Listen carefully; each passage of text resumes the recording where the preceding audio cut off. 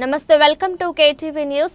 ఈ నెల 27, 28, 29న కడపలో జరిగే తెలుగుదేశం పార్టీ పండుగ మహానాడులో రాజంపేట నియోజకవర్గ టీడీపీ నాయకులు కార్యకర్తలు పాల్గొని తమ సత్తా చాటి అధిష్టానానికి రాజంపేట టీడీపీ బలాన్ని నిరూపిద్దామని రాజంపేట పార్లమెంట్ టీడీపీ అధ్యక్షులు చమర్తి జగన్మోహన్ రాజు శ్రేణులకు పిలుపునిచ్చారు। గురువారం రాజంపేట పట్టణంలోని ఏబీ చంద్రారెడ్డి కన్వెన్షన్ హాల్లో నిర్వహించిన మినీ మహానాడు కార్యక్రమం సూపర్ సక్సెస్ అయింది। నియోజకవర్గం వ్యాప్తంగా వేలాది మంది నాయకులు కార్యకర్తలు పెద్ద ఎత్తున హాజరవడంతో మినీ మహానాడుతో మహానాడుకు తెలుగు తమ్ములు బాటలు వేశారు। రాజంపేట టీడీపీ పార్లమెంట్ కార్యాలయం నుండి మినీ మహానాడు జరిగే సభ ప్రాంగణం వరకు చమర్తి జగన్మోహన్ రాజు ర్యాలీకి అడుగడుగున తెలుగు తమ్ములు బ్రహ్మరథం పట్టారు। ఉమ్మడి కడప జిల్లాలో జరుపుకోవటం మనకు ఎంతో సంతోషమైన విషయం। 1982 సంవత్సరంలో మహానుభావుడు ఎన్టీ రామారావు గారి చేతుల మీదుగా ఆ రోజు సంవత్సరాల నుంచి ఎన్ని అడ్డంకులు ఎదుర్కొన్నా అన్నిటినీ ఈ వేదికను అలంకరించిన ఇతర పెద్దలందరికీ రాజంపేట నియోజకవర్గం డ్యూటీ చేసినటువంటి నందమూరి తారక రామారావు శ్రేయాభిలాషులతో మనకి పెద్ద పండుగ వచ్చింది, మహానాడు పండుగ. అందులో మన ఉమ్మడి కడప జిల్లాలో జరుగుతుంది.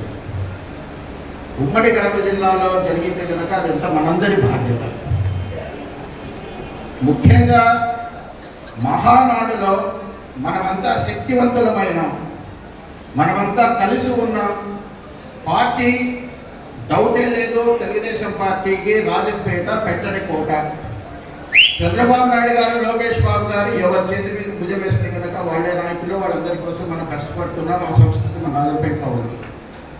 అటువంటి పార్టీ తిరిగి ఏకమైంది, బలంగా ఉంది అని నిరూపించాలి అంటే మహానాడుకు రాజంపేటకు సంబంధించి కొన్ని బాధ్యతలు ఇచ్చారు. ఆ బాధ్యతలు కనుక మనం సక్రమంగా నిర్వహించి వాళ్ళ అంచనాలకు మించి మన పనులు కనుక చేయగలిగితే ఆ రోజు మన అధినాయకుడు చంద్రబాబు నాయుడు గారు, లోకేష్ గారు మనల్ని గుర్తిస్తారు. గుర్తించి పెద్దలు సుబ్బారాయుడు గారు చెప్పినట్లుగా మన మాటలన్నీ కూడా కార్యకర్తల మనోభావాలన్నీ వాళ్ళ దగ్గరికి చేరుస్తాం. మనకి కొన్ని ఇంకా పదవులు రావాల్సి ఉంది.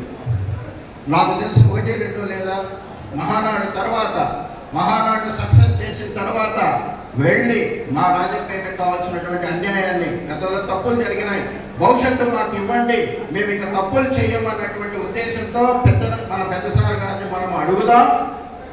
మన పనితీరును బట్టి ఆయన మనసు మారుతుంది, మన రాజంపేటకు పదవులు వస్తాయి, మన రాజంపేట అభివృద్ధి చెందుతుంది. అందుకని మిమ్మల్ని అందరినీ కూడా ఈ మినీ మహానాడు వేదికగా అడుగుతున్నాను, మనమంతా మహానాడుని విజయవంతం చేయడానికి సిద్ధంగా ఉన్నామా? విజయవంతం చేద్దామా? ఇబ్బంది పార్టీ కార్యకర్తలను ఇబ్బంది పెట్టేటటువంటి వైసీపీ నాయకుల యొక్క తోళ్లు ఒలిచే విధంగా ఈరోజు పార్టీ సిద్ధంగా ఉంది, యువతంతా సిద్ధంగా ఉన్నారు, పార్టీ సమిష్టిగా ఉంది, పెద్దల యొక్క ఆశీర్వాదాలు మనమంతా నడుస్తాం. కాబట్టి వచ్చే 4 సంవత్సరాలు గర్వంగా ఉన్నాం. ఇవాళ తప్పులు జరిగాయి, కొన్ని ఏదో జరిగిపోయింది. దీని నుంచి బయటపడటానికి లోకేష్ గారి నాయకత్వంలో, చంద్రబాబు గారి సారథ్యంలో దేశంలో ఎక్కడా లేనటువంటి మెజార్టీ మనకి ఇచ్చారు. 94% స్ట్రైక్ రేట్ ఇచ్చారు. తిరిగి అంతే కృషితో ఇవాళ కూటమి ప్రభుత్వం పనిచేస్తూ ఉంది. ఇక్కడ వైసీపీ నాయకులు వాళ్ళకి 20 సంవత్సరాలుగా వాళ్ళకు ఉన్నటువంటి ఆధిపత్యంతో కొంతమంది అధికారులు పెట్టుకున్నారు. అధికారులు ఏం చేశారంటే వాళ్ళ చేతివాట ప్రదర్శించి కొంతమంది లబ్ధిదారులు వైసీపీ వాళ్ళకి ఇచ్చారు. వాళ్ళ తాట కూడా తీర్చారు.